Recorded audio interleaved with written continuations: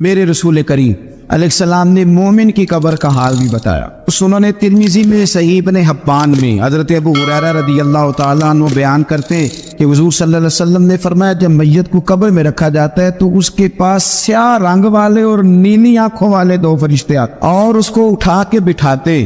باقی حدیثوں میں 3 ہی سوال ہیں، لیکن اس حدیث میں حضور نے فرمایا انہوں نے بس میرے بارے میں پوچھنا ہے، اٹھا بس میرے بارے میں صرف یہ پوچھنا ہے، بتا مدینے والے محبوب کے بارے میں دنیا میں کیا کہا کرتا. تو اعلی حضرت بریلوی تو کہتے ہیں میں نے تو کہہ دینا ہے سرور کہوں کہ مالک و مولا کہوں تجھے، باغ خلیل کا گل زیبا کہوں تجھے، تیرے تو وصف عیب تناہی سے ہیں بری، حیران ہوں میرے شاہ میں کیا کیا کہوں تجھے، لیکن رضا نے خدم سخن اس پہ کر دیا، خالق کا بندہ خلق کا آقا کہوں تجھے. اور پیر میر علی شاہ صاحب کہتے ہیں میں نے وہاں یہ کہنا ہے کہ مکھ چند بدر شاہ شانی تے متھ چمک دی لاٹ نورانی، کالی زلف تے اکھ مستانی مخمور اکھی ہیں مد بریاں. سبحان اللہ. ما اجمل کا ما اکمل کا ما احسن کا، تے کتھے میرے علی کتھے تیری ثنا، مشتاق اکھی کتھے جاڑی. تو نبی پاک علیہ السلام فرماتے ہیں میرے بارے میں پوچھیں گے، میرے بارے میں. ویسے بھی ایک سوال لازمی ہوتا ہے نا، یہ والا سوال لازمی ہے. من ربو کا پوچھ کے نا تو جنت جہنم کا فیصلہ نہیں، ماں دینو کا پوچھ کے جنت جہنم کا فیصلہ. بات اگر ختم ہونی ہے تو مدینے والے کے سوال پہ ختم. اس لیے کھل کے نعتیں پڑھا کرو، راج کے درود پڑھا کرو. یہ بات یاد رکھیں، یہ فیصلہ حضور کی ذات پہ ختم ہونا ہے. وہ شکایتیں کرتے ہیں نا لوگ آ کے، تو ایک بچی کو ہمارے ہاں داخل کرانے کے لیے ایک صاحب لے کے آئے تو کہنے لگے بڑا عرصہ اسے فلانے مدرسے میں داخل کرایا، سوائے نعتوں کے کچھ بھی نہیں سیکھا اس نے. تو میں انہوں نے کہا چاچا جی جڑی اصل کام سی وہ تو سیکھ گئی نا تھوڑی بچی. قرآن و سنت بھی حضور کی نعت ہی ہے، لیکن آپ کو پتہ ہے کہ بات ختم مدینے والے کی نعت پہ ہی ہوتی ہے. حضور کا پیار اصل ہے. تو حضور فرماتے ہیں میرے بارے میں پوچھا جائے گا، وہ کہے گا کہ ان کے بارے میں کیا پوچھتے ہو، اشہد ان لا الہ الا اللہ واشہد ان محمدن عبدہ ورسولہ.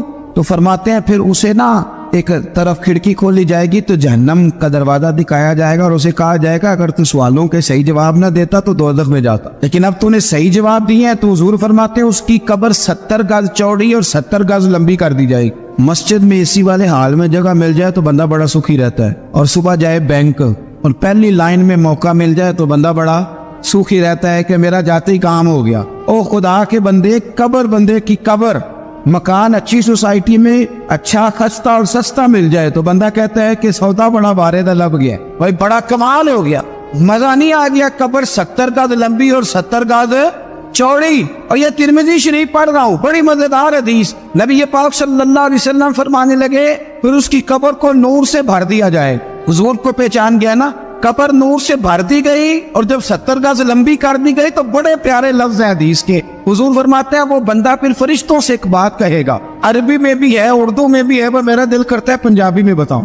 وہ نا فرشتوں سے وہ بندہ کہتا ہے جب قبر ہو گئی نا 70 گز لمبی 70 گز چوڑی اور نور سے بھر گئی، قربان جائے.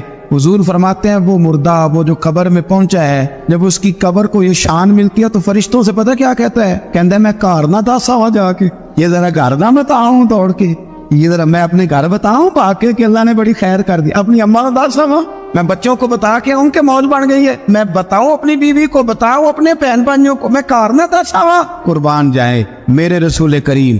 فرماتے ہیں فرشتے کہ اس قبر کے عذاب سے رب کی پناہ مانگو اور اس کے لیے تیاری کر لو، یہ بڑا سخت دن ہے. حضرت سعد بن معاذ رضی اللہ تعالیٰ عنہ کا جب جنازہ تھا، فرماتے ہم جا رہے تھے تو 5-6 قبریں تھی. تو حضور نے فرمایا کن کی قبریں؟ ہم نے عرض کی یا رسول اللہ صلی اللہ علیہ وسلم یہ کافروں کی قبریں. یہ نبی پاک علیہ السلام نے فرمایا جو مسلمان جمعے کے دن یا جمعے کی رات کو فوت ہو، حدیث کے راوی حضرت ابو ہریرہ رضی اللہ تعالیٰ عنہ، حضور صلی اللہ تعالیٰ علیہ وسلم نے فرمایا جو شخص بیماری سے فوت ہوا، جو بندہ سورہ ملک پڑھتا ہے. سنن ترمذی میں حضرت ابن عباس سے روایت ہے کہ حضور صلی اللہ علیہ وسلم کے ایک صحابی نے ایک جگہ خیمہ لگایا تو وہاں سورہ ملک پڑھنے کی آواز آتی. سورہ ملک اتنی شاندار صورت ہے کہ نبی پاک صلی اللہ علیہ وسلم نے فرمایا یہ قیامت کے دن اللہ کی بارگاہ میں ناز سے جھگڑا کرے گی اور کہے گی اے اللہ یا تو میرے پڑھنے والے کو جنت عطا فرما یا مجھے قرآن پاک سے علیحدہ کر دے. اب عذاب قبر جو ہے، قبر کے اندر جو انسان کا عذاب ہے تو وہ بھی عالم برزخ کا عذاب. میرے رسول کریم صلی اللہ تعالی علیہ وسلم نے نا کچھ چیزوں سے پناہ مانگی ہے. خود حضور نے رسول کریم علیہ الصلوۃ والسلام نے پناہ مانگی. حضور فرمانے لگے اے اللہ مجھے کنجوسی سے بخیلی سے پناہ عطا فرما. اور حضور نے باقاعدہ پناہ مانگی ہے کہ اے اللہ مجھے ارذل العمر ہونے سے پناہ میں رکھ. جب عمر اتنی زیادہ ہو جائے کہ وجود کے حصے کام کرنا چھوڑ جائے, اس سے پناہ مانگی. اور خود میرے نبی پاک علیہ السلام نے قبر کے عذاب سے پناہ مانگی. یہ تعلیم امت کے لیے کہ تم بھی پناہ مانگو عذاب قبر سے. قبر کا عذاب پر حق ہے. قبر کے لیے تیاری کر کے رکھنا, اپنی قبر کو یاد رکھنا, مر جانے کو یاد رکھنا. حضرت سعد بن معاذ رضی اللہ تعالیٰ عنہ کا جب جنازہ تھا تو صحابہ کرام فرماتے کہ حضور نے نماز جنازہ کی امامت فرمائی تو قبر کے تیار ہونے میں کچھ دیر تھی. تو رسول کریم صلی اللہ علیہ وسلم زمین پر بیٹھ گئے اور ایک لکڑی سے حضور زمین کوریدنے لگے. ہم میں وہ انتظار تھے کہ اللہ کے رسول صلی اللہ علیہ وسلم سر مبارک اٹھائیں, ہمیں کو نصیحت کرے. فرماتے حضور نے سر اقدس اٹھایا تو حضور کی آنکھوں میں آنسو تھے اور رو کے حضور فرمانے لگے, رو کے کہ اس قبر کے عذاب سے رب کی پناہ مانگو اور اس کے لیے تیاری کر لو, یہ بڑا سخت دن ہے. رو کے حضور نے فرمایا, رو کے. آج تو لوگ مذاق بنا, کچھ فقیر صوفی درویش کہلانے والے بھی وہ کہتے ہیں جو مولوی بتا رہے ہیں نا قبر میں بچھو ہوں گے سانپ ہوں گے, یہ تو مولوی اپنی قبر بتا رہا ہے, تمہارا اس سے کیا لینا دینا ہے. خدا سے ڈرے. وہ چیزیں جو احادیث مبارکہ میں آ گئی جس سے نبی پاک نے ہمیں ڈرایا, ہمیں سمجھایا, آپ اس تنبیہ کو, اس نصیحت کو آپ اس رنگ میں لیں گے کہ مذاق بنایا جائے گا دین کا, بجائے اس کے کہ اس سے ڈرا جائے. حضرت سیدنا براء بن عازب رضی اللہ تعالیٰ عنہ ارشاد فرماتے کہ میں نے نبی پاک صلی اللہ تعالیٰ علیہ وآلہ وسلم سے خود اس بات کو سنا ہے. خود رسول کریم صلی اللہ علیہ وسلم نے فرمایا. حضرت زید بن ثابت رضی اللہ تعالیٰ عنہ بھی اس بات کے راوی ہیں. فرماتے ہم جا رہے تھے تو 5-6 قبریں تھیں, تو حضور نے فرمایا کن کی قبریں؟ ہم نے عرض کی یا رسول اللہ صلی اللہ علیہ وسلم یہ کافروں کی قبریں. یہ صحیح مسلم میں حدیث موجود ہے, کفار کی قبریں. تو اللہ کے رسول صلی اللہ علیہ وسلم فرمانے لگے, ذرا حدیث کے لفظوں پہ غور کرنا. حضور فرمانے لگے اگر مجھے ڈر نہ ہوتا کہ تم اپنے مردوں کو دفن کرنا چھوڑ دو گے, اگر مجھے اس بات کا ڈر نہ ہوتا کہ تم اپنے لوگوں کو, مرنے والوں کو قبروں میں دفن کرنا چھوڑ دو گے, اگر یہ مجھے ڈر نہ ہوتا تو میں سناتا کہ قبر کے اندر کس طرح عذاب ہوتا ہے. تمہیں دنیا میں رہ کے میں سناتا, پر ڈر ہے کہ کہیں تم اپنے مرنے والوں کو قبروں میں دفن کرنا چھوڑ ہی نہ دو, اس لیے میں تمہیں یہ بات نہیں بتاتا. اور میرے رسول کریم صلی اللہ تعالی علیہ وآلہ وسلم نے پھر ارشاد فرمایا, اپنے غلاموں کی طرف نظر فرمائی, یہ بات کہہ کے کہ اگر مجھے ڈر نہ ہوتا کہ تم دفن کرنا چھوڑ دو گے تو تمہیں میں سنا دیتا کہ قبر میں کیا عذاب ہوتا ہے. پھر حضور نے صحابہ سے فرمایا چلو بھائی دوزخ کے عذاب سے اللہ کی پناہ مانگ. تو سب کہنے لگے ہم دوزخ کے عذاب سے اللہ کی, صحابہ نے کہا ہم دوزخ کے عذاب سے اللہ کی پناہ مانگتے. پھر نبی پاک صلی اللہ تعالی علیہ وسلم نے ارشاد فرمایا تم سب کہو کہ ہم قبر کے عذاب سے اللہ کی پناہ مانگ. تو صحابہ نے کہا ہم قبر کے عذاب سے اللہ کی پناہ مانگتے ہیں. پھر میرے رسول پاک علیہ الصلوۃ والسلام نے فرمایا تم کہو, سارے یہ کہو کہ ہم ظاہری اور باطنی فتنوں سے اللہ کی پناہ مانگ. تو صحابہ نے کہا کہ ہم ظاہری اور باطنی فتنوں سے اللہ کی پناہ مانگتے ہیں. پھر میرے محبوب علیہ السلام نے فرمایا تم کہو کہ ہم دجال کے فتنے سے اللہ کی پناہ مانگتے. تو صحابہ کرام نے کہا کہ اے اللہ ہم دجال کے فتنے سے تیری پناہ مانگ, تیری پناہ میں آتے. نبی پاک علیہ السلام نے یہ الفاظ کہہ کے یہ بات بتلا کے ہمیں سمجھا دیا, ہمیں قائل فرمایا محبوب نے.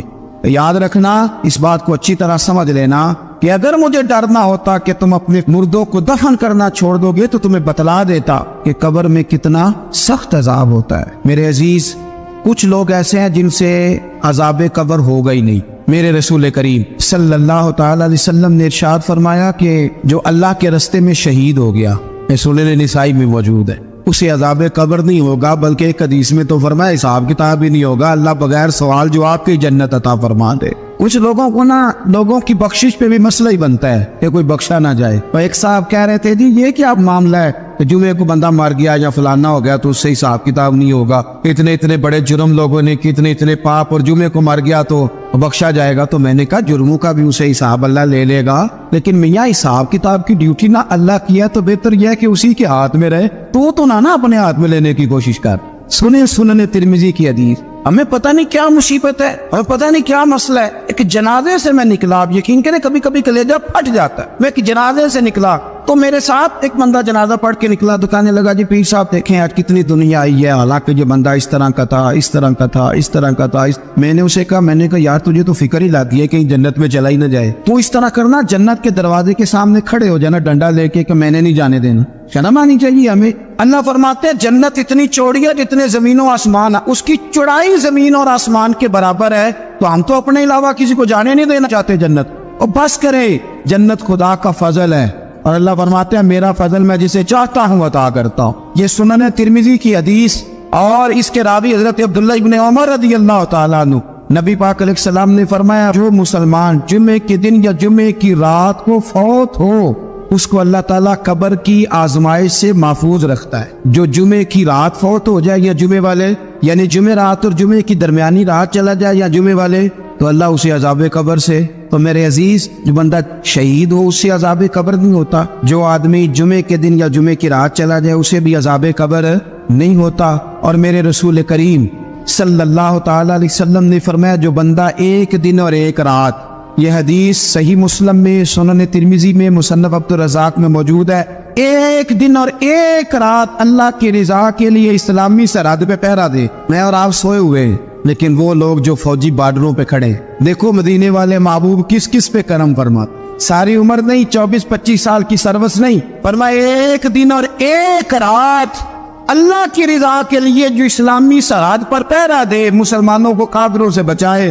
رب اسے عذاب قبر نہیں دے گا، اسے اللہ تعالیٰ اپنے فضل سے معاف فرما دے. ایک رات اور ایک، آپ کیا سمجھتے ہیں کہ ان فوجیوں کی کوئی چھوٹی شان ہے؟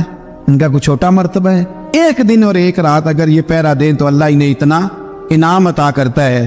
اسی طرح سن لو، یہ ذرا غور سے سننا، ابن ماجہ کی حدیث اور اس کے علاوہ مسند ابو یعلا میں موجود حدیث کے راوی حضرت ابو ہریرہ رضی اللہ تعالی عنہ، حضور صلی اللہ تعالی علیہ وسلم نے فرمایا جو شخص بیماری سے فوت ہوا، قربان جاؤں میرے محبوب نے بیماری کا نام ہی نہیں لیا، فرمایا کوئی بھی بیماری ہو، فرمایا جو آدمی بیماری سے فوت ہوا اللہ اسے شہادت کی موت عطا فرمائے گا، اور وہ عذاب قبر سے اور قبر کے امتحان سے بھی محفوظ رہے گا. اور حضور فرماتے ہیں اس کو صبح اور شام جنت کے باغوں میں سے رزق دیا جائے. جو کسی بھی بیماری سے مرا، یہ لوگ بیماری سے مر رہے ہیں تو لوگوں نے اچھوت سمجھ رہے ہیں. اچھوت، یہ اچھوت نہیں ہے، اس لیے کہ لوارث نہیں، یہ خدا رسول کے ماننے والے ہیں. تم انہیں اچھوت کہہ رہے ہو اور مدینے والے رسول انہیں شہید فرما رہے ہیں.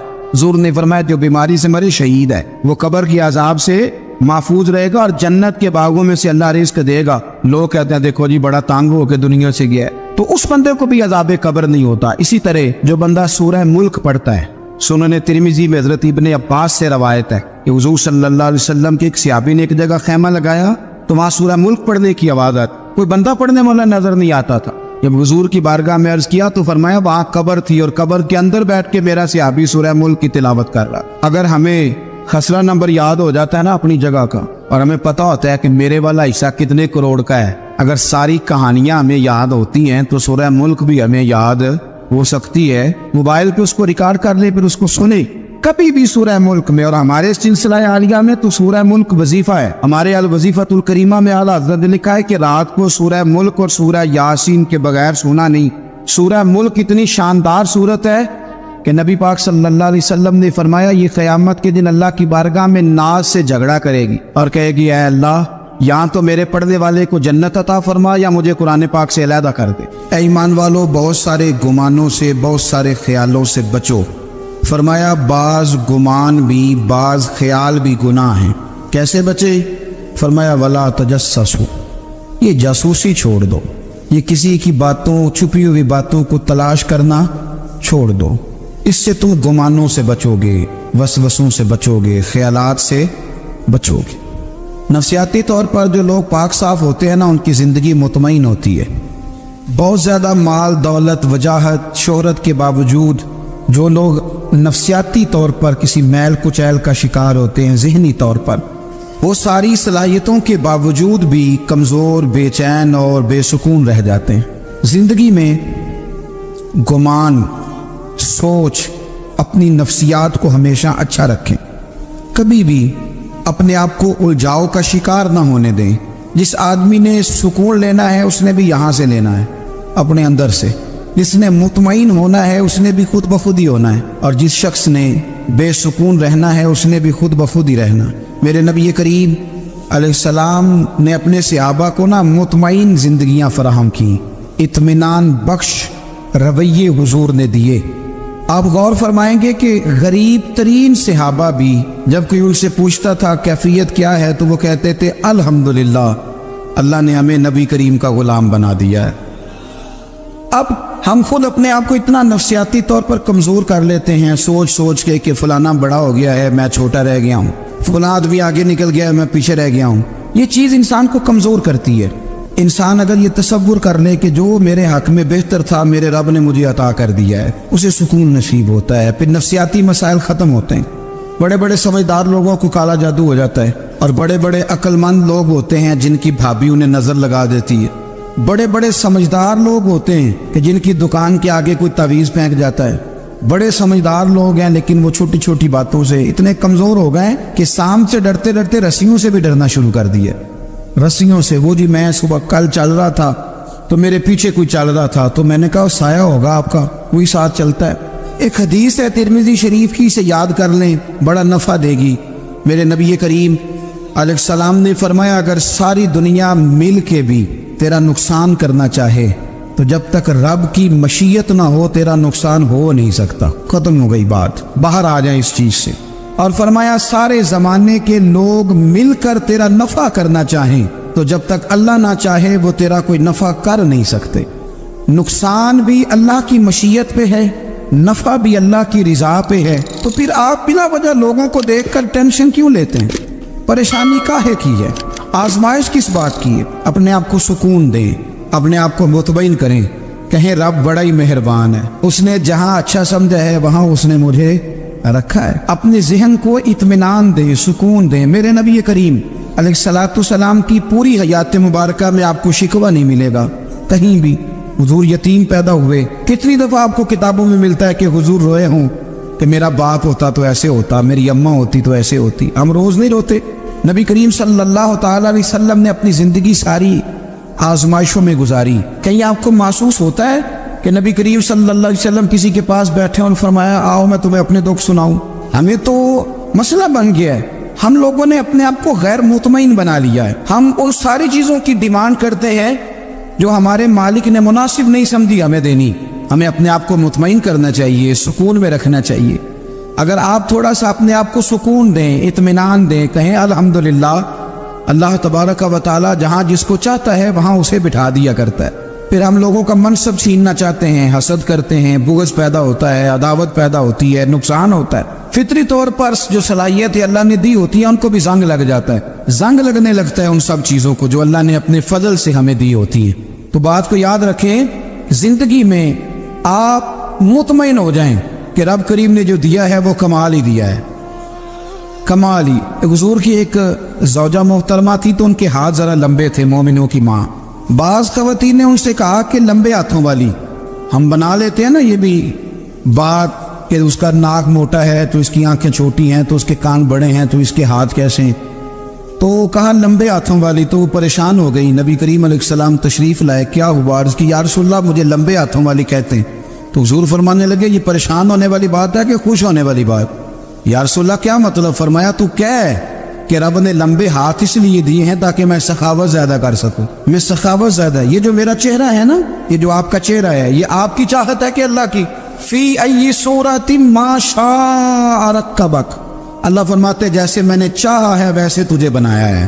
تو اگر میرا موٹا ناک، میری چھوٹی آنکھیں، میری بڑی آنکھیں، میرے چپٹے کان، یہ میرے تو نہیں، یہ تو میرے رب کی چاہت ہے۔